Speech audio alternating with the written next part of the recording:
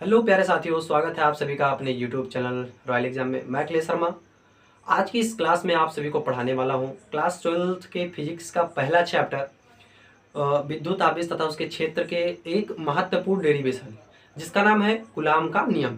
जी हाँ दोस्तों, आज की इस वीडियो में हम लोग पढ़ने वाले कूलाम का नियम बहुत ही आसान तरीके से पढ़ेंगे। जैसा कि आप सभी लोगों ने देखा होगा कि हमने पहले ही एक वीडियो डाल दिया था कि माफ़ कर दीजिए हमें, क्योंकि हम लोगों ने कई बार कंसिस्टेंसी बनाने का प्रयास किया था, रेगुलरिटी बनाने का प्रयास किया था, लेकिन आप सभी का साथ नहीं दे पाए। लेकिन ठीक है, अब हम लोग आ गए हैं और आप सभी का भरपूर साथ देंगे। 2027 में जो भी बच्चे बोर्ड का पेपर देने वाले हैं वो लोग आप जो है आ जाएं हमारे चैनल पर और बहुत ही अच्छे तरीके से हम लोग अपनी तैयारी करेंगे। तो आज की इस वीडियो में हम लोग समझेंगे कूलाम के नियम को। सबसे पहले आप देख लीजिए कि यहाँ पे जो है कूलाम के नियम का डिफिनीशन लिखा हुआ है, लेकिन कूलाम के नियम का डिफिनीशन सबसे पहले हम नहीं पढ़ेंगे। सबसे पहले इससे पहले हम एक फिगर को समझते हैं। जैसे आप मान लीजिए कि यहाँ पे कोई एक बिंदु है ए और यहाँ पे कोई एक बिंदु है बी। अब इन दोनों को अगर हम मिला देते हैं तो इनके बीच कोई ना कोई दूरी हो जाएगी। अब उस दूरी को हम मान लेते हैं आर। ठीक है, आया बात समझ में इतना कि कोई बिंदु ए है और कोई बिंदु बी है। अब उन दोनों को हम मिला दिए, इनके बीच कोई ना कोई दूरी बन जाएगा, उस दूरी को हम मान लिए आर। अब मान लो कि जो बिंदु ए है उस पे हम एक आवेश माने Q1 और एक बिंदु जो है बी उस पे हम माने आवेश Q2। ठीक है, इतना बात समझ में आया। लेकिन अगर हम एक बिंदु पर आवेश Q1 माने और एक बिंदु पे आवेश Q2 माने तो अगर दो आवेश हैं तो कोई ना कोई बल लगेगा, चाहे वो आकर्षण का लगे या प्रतिकर्षण का लगे।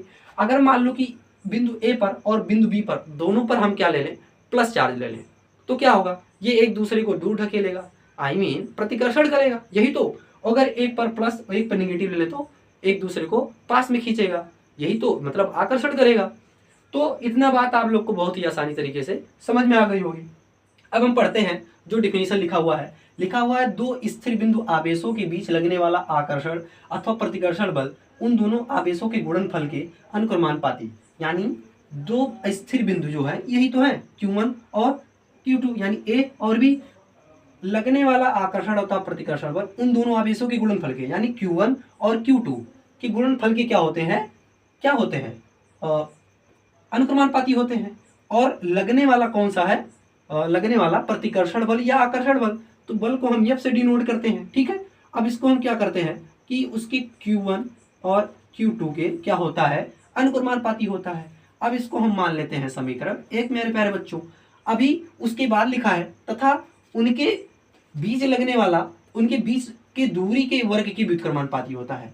यानी F को हम ऐसे लिख सकते हैं, उनके बीच के दूरी के वर्ग के व्युत्क्रमानुपाती होता है। इसको मान लेते हैं हम समीकरण नंबर 2। चलिए, इसको हम समीकरण नंबर 2 मान लिए।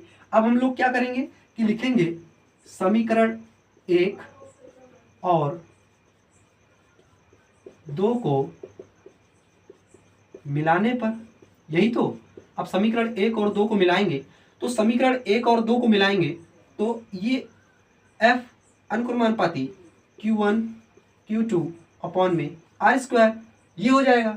अब जब ये जो चिन्ह है, जब इसको हम हटाएंगे तो इसको हम ऐसे लिख सकते हैं F इक्वल टू के, यानी जब ये चिन्ह हटेगा तो एक कांस्टेंट वैल्यू आएगा जहां K इक्वल टू क्या है, नियतांक है। ठीक है, आया बात समझ में, आया बात समझ में इतना। यानी K जो है ये क्या है, नियतांक है। और K की जो वैल्यू होती है K equal to 1/4 pi epsilon nought होती है। इतना बात आया समझ में। अब क्या करेंगे, इसका मान हटा ही देंगे तब तो ये यही तो आएगा कि K Q1 into Q2 upon में R स्क्वायर। अब जब K की वैल्यू हमें पता है कि 1/4 पाई एप्सिलॉन नॉट है तो हम F equal to 1/4 pi epsilon nought Q1 Q2 upon में R स्क्वायर। ये हो गया हमारा क्या, कूलाम का नियम। ये हो गया हमारा कूलाम का नियम। जैसा कि आप सभी को पता होगा कि यहाँ पे लिखा है 1/4 पाई एप्सिलॉन नॉट, तो ये जो 1/4 पाई एप्सिलॉन नॉट का मान होता है 9 गुणे 10 के घाते 9 न्यूटन मीटर स्क्वायर अपॉन में कूलाम स्क्वायर। ये 1/4 पाई एप्सिलॉन नॉट का मान होता है, जो कि हमारे क्वेश्चंस में बहुत ज़्यादा हेल्प करती हैं। अब मानते हैं कि जो ये एप्सिलॉन नॉट है ये क्या है, इसको हम कहते हैं निर्वात की विद्युत निर्वात की